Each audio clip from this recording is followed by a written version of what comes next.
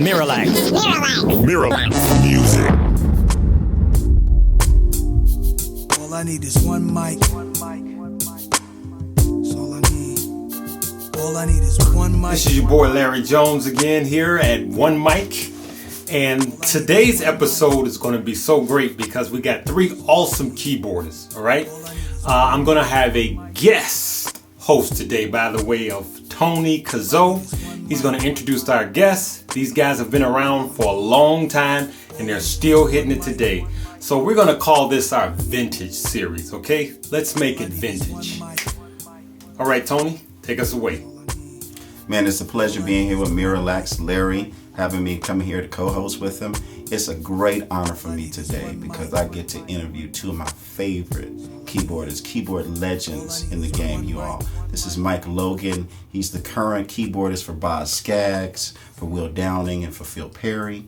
And also keyboard legend extraordinary Richard Gibbs. He's been the keyboardist for Aretha Franklin, the Queen of Soul, for over 15 years. And we're going to kind of talk about some of the other people that they've also played for, you know, starting with you, Mike. Who are some of the other people you played for? In 78, I got with the Stable Singers. I did a few years with them, and I went through that whole Chicago, Staples, the Gene Chandler, the Emotions. Then I went on, I was Ramsey, worked with Ramsey for 10 years. Then from that, branched off to Will Downing and Phil and Patty Austin and Gerald Albright and George Duke and Kirk Whalum. The Kirk down was great too. And just to name a few, Oh yeah, I know. A lot of other people. We don't have too much time. Richard, you yourself, some of the other people. Around 78 also, I started with my mom, Agnes Andrews, and played with Milton Bronson, Thompson Community Singers, Shirley Caesar, the Williams Brothers, Edwin Hawkins, Mighty Clouds of Joy, just to name a few. Here's something that I know, and I kind of want the audience to know is, was keyboards your first instrument for both of you guys? For me it was. Then I taught myself to play guitar, and actually my first gig with the Staple Singers was on guitar. And then the keyboard player missed rehearsal, and I played keyboards that day, and Pop said, "You're the keyboard player." You stole his job. No, you took it. I filled in that day. Okay. Rich, what instrument did you start off on? I started on piano, actually when I was about 3. And I started playing organ at age 7. I had my first job at 7, teaching the choir, playing the organ. Teaching the choir at 7? At 7. Genius. Tell me some of the best recordings that you've played on, or I shouldn't say the best, but some of your favorite that really stick out in your mind. The stuff I did with Ramsey, I really liked. I was orchestrating then, for him because he was playing piano, so I had to play everything else. A lot of the stuff I did for him, the Will Downing stuff I've done. What about yourself, Richard? Recordings that stick out, the Thompson Community Singers, those were some great records for me.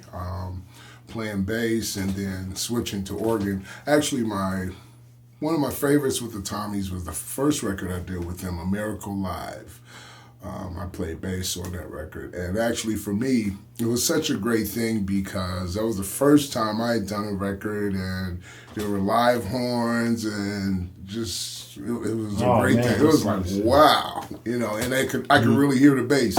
I could really, it was cool for me. I enjoyed it. And then recordings with my mom and, of course, recordings with Miss Franklin have been, just really amazing for me. I enjoyed that. Awesome. Now, for both of you all, I need to ask this because you guys have influenced me over the years. So who has influenced you? Oh, man, we'll be here all day. No, well, okay. Ramsey Lewis definitely influenced me, and it was great working with him. George Duke, Herbie Hancock, of course, Richard Gibbs. See how I snuck that one in there? See how I snuck that in there? Yeah, I don't know. How about you? Well, Don't say Mike Logan. No, actually Mike Logan is in there. But for me, there was a guy, Sonny Burke, early on, organ player that he played on a lot of my mom's records, and so I thought he was phenomenal.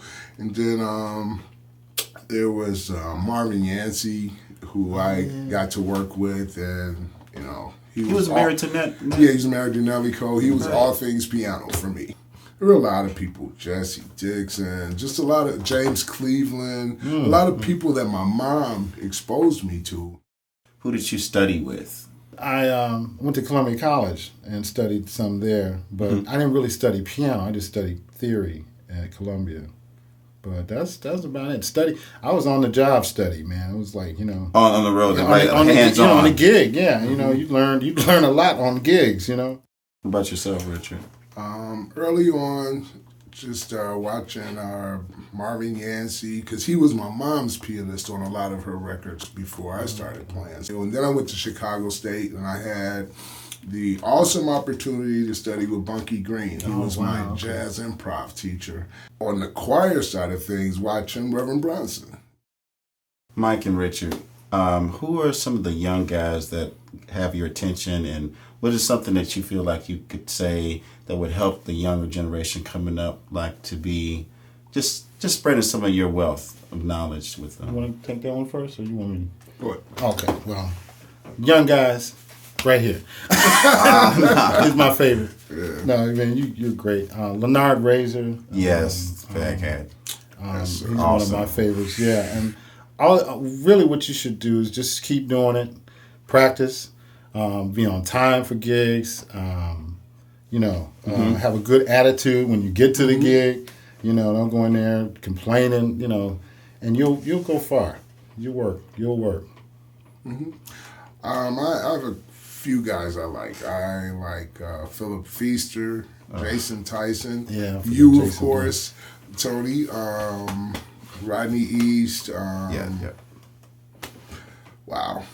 It's a hard one because there's so many young guys, but those are just a few that I can think of off the top of my head. And just to piggyback on what Mike said, in terms of being prepared, don't show up to a gunfight with a knife. Don't come with just your chops. Know the music, good attitude, be on time, and not too much of you. Accompany, if you're there to accompany. Absolutely. Accompany. Don't play too loud, play the room. It's just a lot of things, but for the most part, man, just be prepared. That's the thing I can say. Don't just show. Absolutely. Have something when you get there. This is awesome. Can we play a number? I've never heard you guys play together. Is it possible? We've never played together. So this is going to be fun. Yeah.